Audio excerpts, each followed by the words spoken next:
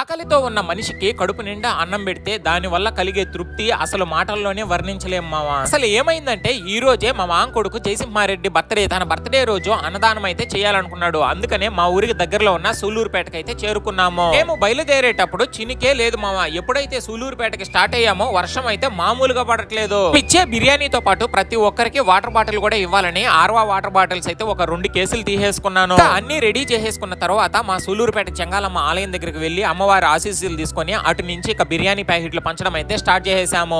Main గా ఈ బిర్యానీ ప్యాకెట్లు ఎవరి కోసం తీసుకొచ్చామంటే కష్టం చేయలేక ఆకలి అన్న ప్రతి ఒక్కరికి ఇద్దామని. కానీ ఇక్కడ అన్ని బాగున్న వాళ్ళు కూడా కొన్ని మంది అయితే వచ్చి తీసుకుంటున్నారు. అయినా కానీ మేము పంచిన 50 బిర్యానీ ప్యాకెట్లు ఒక్క మనిషి ఆకలి తీర్చినా చాలు మావా, హ్యాపీయే. నాకు సూలూరుపేటలో ఉన్న చెంగాలమ్మ గుడి అంటే చాలా ఇష్టం మావా. ఎందుకంటే నేను అడిగిన ప్రతి కోరికను ఆ తల్లి అయితే తీరుస్తుంది.